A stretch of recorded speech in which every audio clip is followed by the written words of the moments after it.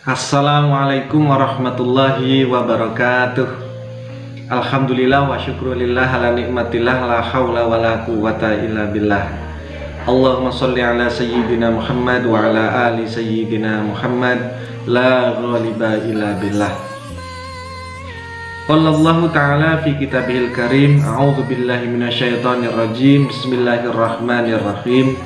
Ya ayyuhalladzina amanu kutiba alaikumusiyam kama kutiba alal ladzina min qablikum la'allakum tattaqun. Al-ayah. Shadaqallahul azim.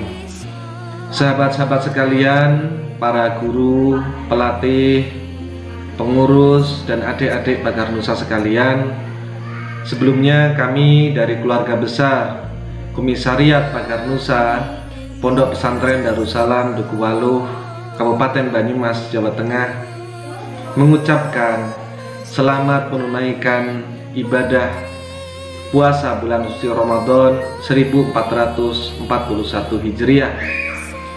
Di tengah-tengah keprihatinan kita menghadapi epidemi Corona, marilah kita tetap senantiasa sekuat tenaga untuk menyempurnakan ibadah kita di dalam berpuasa di Ramadan tahun ini dengan tafaqquh fiddin, yaitu memperdalam dan kita senantiasa membuka wawasan kita terkait hal-hal yang terkait dengan puasa Ramadan. Pertama yang harus kita pahami adalah ketika kita berpuasa adalah kita memahami syarat dan rukun dalam kita berpuasa. Dan yang tidak kalah pentingnya adalah hal-hal yang bisa membatalkan puasa kita. Karena apa artinya kita berpuasa? Dan karena ketidaktahuan kita terkait dengan hal-hal yang dapat membatalkan puasa kita, akhirnya amal ibadah kita sia-sia. Nah, pada kesempatan kali ini saya hanya ingin memberikan beberapa wawasan dan mungkin mengingatkan kembali bagi kita para santri-santri Pagar Nusa hal-hal yang pernah kita kaji di ruang-ruang kelas di pesantren dan madrasah. Yang pertama terkait dengan puasa itu sendiri. Yang pertama adalah ketika kita berpuasa, yang menjadi rukunnya adalah kita niat pada malam harinya. Jangan sampai gegara kita tidak sholat di masjid karena social distance, kita sholat tarawih di rumah, lantas kita melupakan satu hal yang penting. Apa itu? Yaitu niat. Ketika kita puasa Ramadan dan kita malamnya tidak berniat puasa, maka puasa kita pada hari itu otomatis tidak sah. Ini menurut pendapat yang muktamad. Nah, yang kedua, kita menghindarkan diri atau menahan diri dari hal-hal yang bisa membatalkan puasa. Nah, apa saja hal-hal yang dapat membatalkan puasa selain makan, minum, dan kemudian hal-hal lainnya yang sudah sangat terkenal dan masyhur di kalangan para santri. Nah, hal-hal lainnya yang paling penting adalah yang membatalkan puasa adalah masuknya partikel-partikel hal-hal yang ain ke dalam sembilan di dalam lubang tubuh manusia. Nah, apa itu lubang yang ain yang di dalam tubuh manusia? Yang pertama adalah lubang mulut. Nah, batas mulai membatalkannya adalah ketika melewati tenggorokan, ya, tenggorokan, atau ini yang biasa disebut dengan jauf. Nah, jauf ini adalah pangkal lubang di awal tenggorokan kita. Nah, atau hal lainnya adalah yang membatasi mulut. Jadi ketika kita berkumur, ketika sudah mulai subuh sampai ke atas, itu hukumnya makruh ketika kita berkumur. Oke. Nah,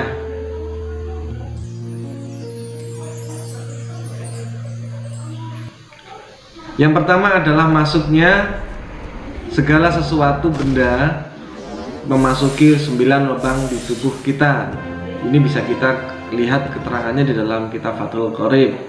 Nah, sampainya sesuatu di dalam lubang tubuh dengan sengaja ini, maksudnya puasa ketika kita menjalankannya ada suatu benda atau ain yang masuk ke lubang-lubang di tubuh kita yang istilahnya adalah jauf. Nah, jauf ini ada beberapa cara atau metode masuknya, baik melalui mulut, telinga, kemudian hidung. Nah, benda-benda yang masuk ke dalam jauh ini bisa membatalkan puasa. Batasannya ketika dia di hidung, maka batasannya adalah muntaha khaysum. Muntaha khaysum, yaitu hal yang sejajar dengan mata, yaitu bagian telinga. Ya, bagian telinga yang paling sering kita tidak tahu adalah masuknya ke dalam lubang telinga ini. Jadi kalau kita puasa kok memasukkan tangan ke dalam telinga ini, puasanya batal. Lubang telinga yang ain ini, yang di dalam ini, kita memasukkannya, bisa batal puasa kita. Jadi kalau teman-teman nanti kok suatu saat ingin berbuka puasa di dalam perjalanan, ingin mensunahkan dengan segera berbuka puasa, karena itu merupakan sunnah puasa. Nah, tidak ada makanan untuk perjalanan, gampang cara berbuka puasa atau membatalkan puasa. Masukkan jari ke dalam telinga kita ketika sudah azan maghrib atau ketika sudah langit muncul mega merah, masukkan, maka batal puasa kita. Nah, yang kedua adalah mulut, masuknya ke dalam mulut, yaitu batas halkum, yaitu ini. Maka kalau kita berkumur, nah itu hukumnya masih makruh, tapi ketika sudah melewati sini maka batal puasanya. Ini paling sering, ini sama dengan halnya dengan hidung, ya, yang disebut dengan muntaha khaysum. Ya, jadi hati-hati, terutama juga masuknya ke dalam lubang dubur dan kubul. Hati-hati, mohon maaf ketika kita istinja, ketika kita bersuci setelah buang air besar atau kecil. Nah, jangan sampai kita melewati batas lubang yang berbeda warna kulitnya dengan kulit luar kita. Terutama teman-teman yang mungkin ketika buang air besar menggunakan air semprotan atau menggunakan kloset yang modelnya adalah air semprotan, bukan memakai gayung.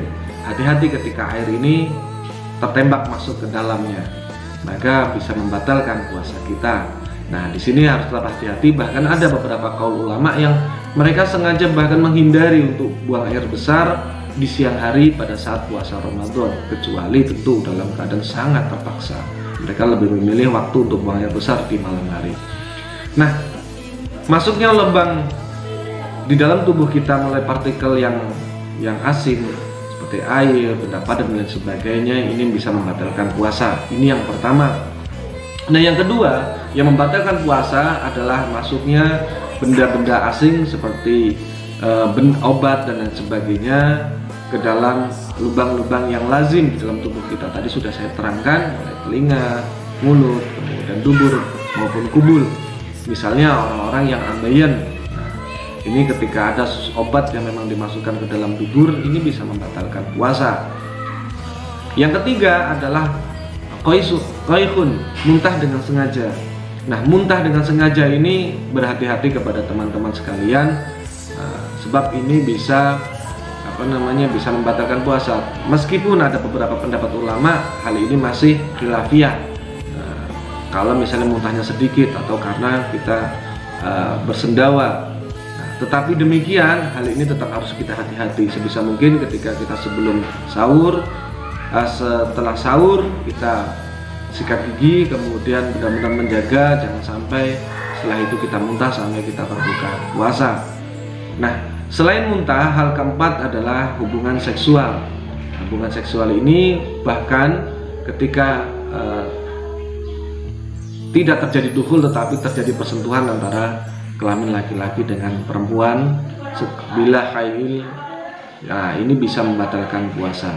Artinya ketika kulit bertemu kulit antara laki-laki dan perempuan, bertemu antara kulit kelamin laki-laki dan perempuan hanya bersentuhan tidak sampai dukhul, ini pun ada yang mengatakan ulama bisa membatalkan puasa. Nah, hal lainnya adalah selain kita hubungan seksual adalah keluarnya mani dengan sengaja, baik dengan bantuan maupun tidak, tetapi dengan sengaja. Nah, ini bisa membatalkan puasa. Hal lainnya adalah yang bisa membatalkan puasa adalah haid, nifas, pada saat seorang perempuan atau serikandi bakat Nusa sedang sudah mencapai masa dewasanya atau kemudian dia melahirkan. Ini bisa membatalkan berpuasa. Ketika dia sedang berpuasa kok tiba-tiba haid. Nah, yang ketujuh adalah orang yang sedang menjalankan puasa, kemudian tiba-tiba di masa dia berpuasa, dia gila. Mungkin ada orang yang kambuh-kambuhan, kemudian dia kumat. Nah, ini bisa membatalkan puasa.